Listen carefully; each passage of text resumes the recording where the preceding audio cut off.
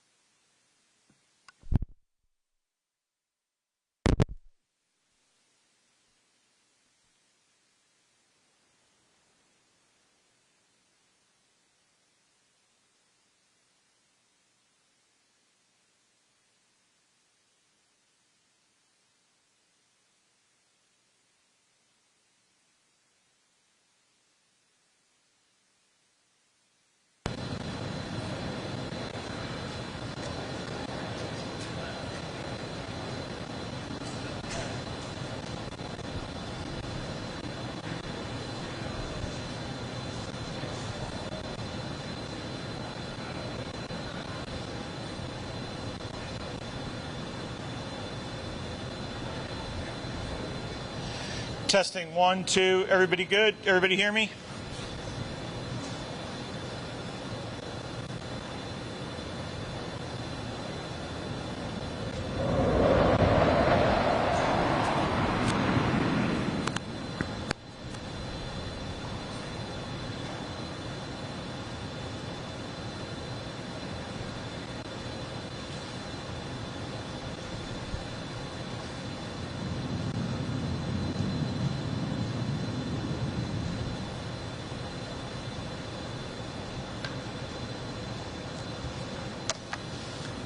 Good morning, and thank you very much for being here today.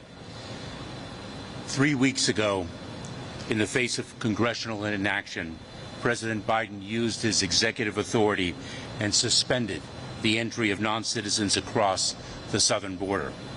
We are imposing stricter consequences for those who cross the border without authorization. These actions are changing the calculus for those considering crossing our border. Still, as I will continue to make clear, they are no substitute for congressional action. The bipartisan border agreement would have added 1,500 Border Patrol agents and CBP officers, added 1,200 Immigration and Customs Enforcement personnel, and more. We are continuing to call on Congress to provide the resources we need to support our men and women on the front lines of our border. I just received an operational briefing on the success of the President's action so far here in the Tucson sector and along the work of our personnel. Our team did an exceptional job quickly implementing this new policy, and we are already seeing the results. Here in Tucson, we have seen a more than 45% drop in U.S. Border Patrol encounters since the President took action, and repatriations of encountered individuals in Tucson have increased by nearly 150%. As a result, in Tucson, we have seen a more than 80% decrease in individuals placed into immigration proceedings and our backlogged court system. Across the entire southern border, Border Patrol encounters have dropped by over 40%.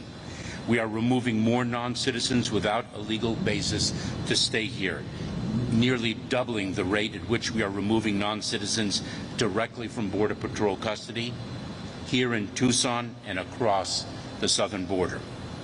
In 3 weeks, we have operated over 100 international repatriation flights to more than 20 countries and removed or returned more than 24,000 individuals. The President's actions are working because of their tough response to illegal crossings and because they built on our sustained effort to exercise our full authorities to enforce the law and impose consequences for illegal entry.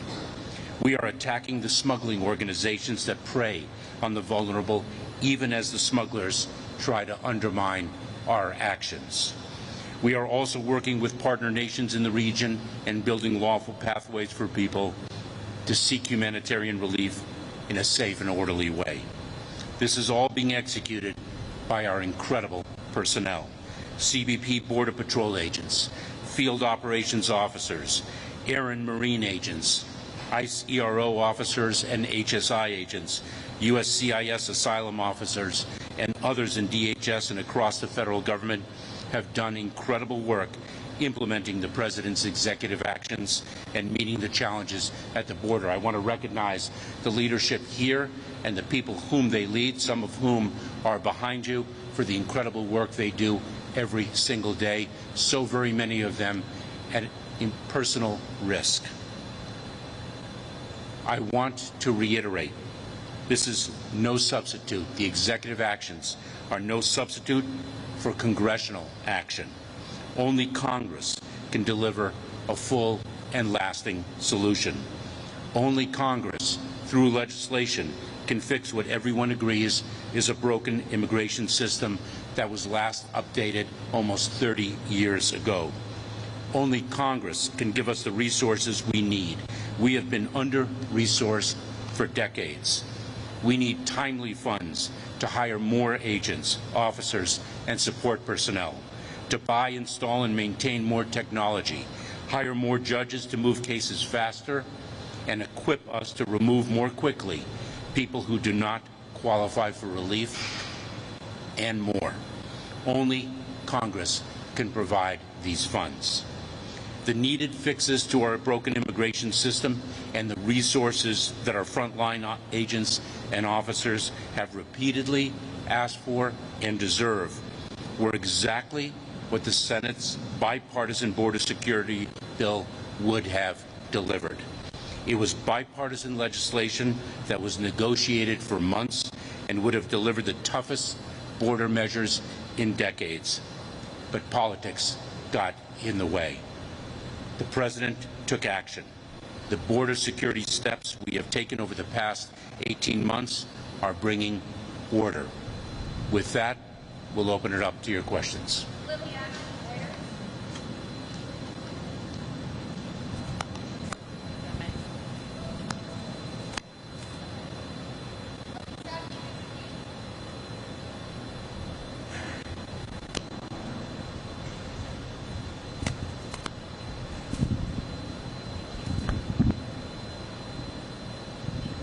Hi, thanks so much for doing this. Elisa Resnick with KJZZ. I'm sorry, a little hard to hear. Sorry, Elisa Resnick with KJZZ. Migrants deported in Nogales report not being given their belongings back and not receiving any paperwork about their deportation.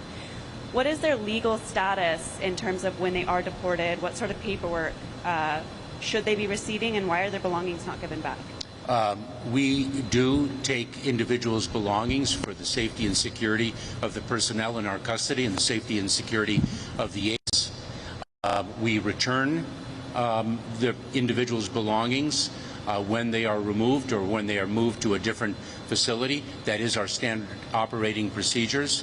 And when individuals are removed, they are subject to a 5-year bar to admission to the United States. Okay, good morning, Secretary. Are there plans to increase appointments with CBP-1? No, the number of appointments that are permitted through CBP-1, approximately 1,400 to 1,500 a day, are based on the capacity of our ports of entry. They are antiquated ports of entry that are also in need of funding to modernize them.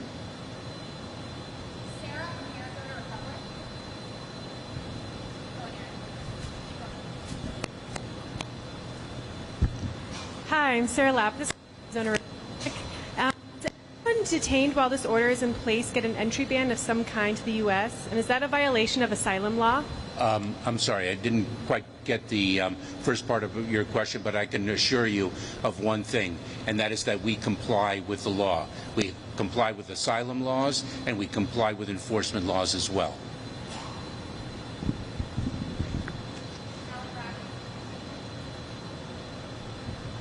Hi, Secretary. Thank you for being out here today. Obviously, the media, the nation has had their eyes on the brutal crimes committed recently by illegal immigrants. One of them was actually wearing an ICE ankle monitor, yet this morning you said in an interview that the safety of the American people is the priority and that these individuals are vetted. But we know in our conversations with the ICE director, we've heard the FBI director say that there are significant gaps in intel. So what would you say to reassure the American people that they are in fact safe? And what would you say to the families who are mourning their loved ones because of these migrant crimes being committed? Well, let me start where you ended. A message to the families is, of course, our hearts are with them, given their suffering. The safety and security of the American public is indeed our highest priority. We screen and vet individuals when we encounter them. If we learn of derogatory information subsequently, later in the process, then we take enforcement action accordingly. The individual who's responsible for a heinous criminal act is the criminal, and we need to bring the full force of the law to bear on that criminal, just as I did for 12 years as a federal prosecutor. We encountered dangerous people then, and we prosecuted them accordingly, and that will indeed continue. For doing this. So you said you comply with, but there's reports of migrants being returned to Mexico who... Being returned to Mexico. Migrants being put in an expedited removal to Mexico that said they manifested fear, but that fear wasn't heard, and it's not one, it's many cases. What do you have to say about that? Our agents and officers, not only in the United States Border Patrol, but in U.S. Citizenship and Immigration Services across the enforcement agencies and the humanitarian relief agencies that are part of the Department of Homeland Security, are well trained in identifying individuals who manifest fear, whether they vocalize that manifestation or whether there are signs physically of fear. They are well-trained and expert. They follow the guidelines that we have provided to them. Individual who does not establish a basis to remain in the United States will in fact be removed. We are enforcing the law. Hello, sir. How's it going? Your department recently arrested 8 men from Tajikistan due to terrorism-related concerns. Is your department taking any new steps to better screen, identify, and detain migrants who may pose a threat to national security? And are there other migrants out there released by your department that you are concerned about from a national security perspective? Camilo, let me reiterate the foundational point that the safety and security of the American people are our highest priority. If an individual is of concern from a national security or a public safety perspective, they are a priority for detention. The 8 individuals whom you reference are in fact in custody. We did not have derogatory information when they were first encountered. Concerns were raised subsequently. We used our law enforcement authorities to apprehend and detain them, and they are in removal proceedings as we speak. I'm Paul Ingram with the Tucson Sentinel. You said that you're complying with asylum law and migrants and advocates. Sorry, it's a little hard to hear in this venue. How's that? Better. You said that you're complying with asylum laws, and migrants and advocates are still saying that people are getting deported. And you mentioned that there's guidelines. Do you think the guidelines are good enough then, that if people are saying they're still being deported even though they have credible fear? Well, you said people are being deported. People are being removed. We're going to continue to remove individuals who have not established the basis to remain in the United States. Individuals who do not manifest fear are subject to expedited removal. We are executing that removal process, and we will continue to do so. Our agents and officers are well trained in identifying individuals who manifest fear, and they're complying with their obligations to respect that manifestation. And we place people in credible fear interviews when they manifest fear, and if we find a negative determination that they have not established credible fear, then we accordingly remove them. Secretary, Sorry. Can you hear me now? Yeah. DHS confirms that at least 400 migrants with potential ISIS ties recently crossed into the United States. That is incorrect. Tell us why. That reporting is incorrect. We do not have identified 400 people with potential ISIS ties. And let me again assure you that individuals who are identified to have those ties would pose a concern to us from a public safety and a security perspective, and they would be priorities for detention and removal. Calling that initial NBC report inaccurate of the 400 potential ISIS ties? I think it is inaccurate.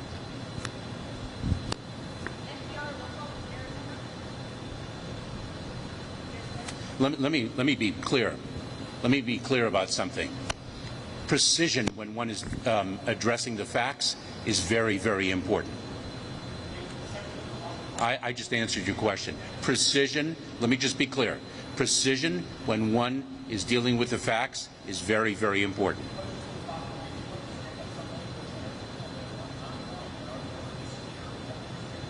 I've answered that question many, many a time. Hi, Secretary. Thank you. Yeah, I wanted to ask, when people sign paperwork to get voluntary return, are they then banned from making the CBP appointment? And same question, but if they refuse to sign the voluntary return paperwork? If an individual does not agree to voluntary return and they fail to establish a basis to remain in the United States, then they are subject to removal. And when they are removed, they are then subject to a bar to admission to the United States. If an individual has agreed to and been returned voluntarily, are they eligible for a CBP-1 appointment? They are.